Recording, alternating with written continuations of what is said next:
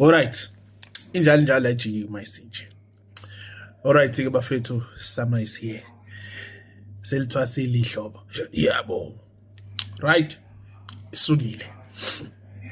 Now, kuzimvula in the next couple of days. Imvula throughout the country. Siqalile Cape Town. Qalile yanyuka.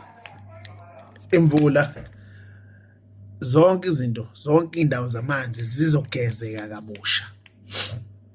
Now we can start. Now we can start. Sihambeke endaweni ke manje. All right?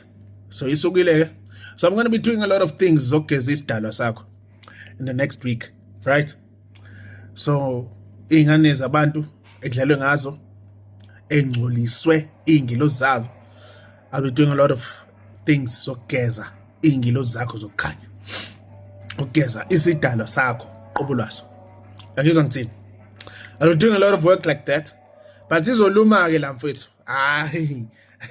Angeke sigezele into ezokuvulela into zakho bese ucabanga zokunika nje awuyahlanya. Hayi izoluma mshanami. But you're going to have to speak to me first.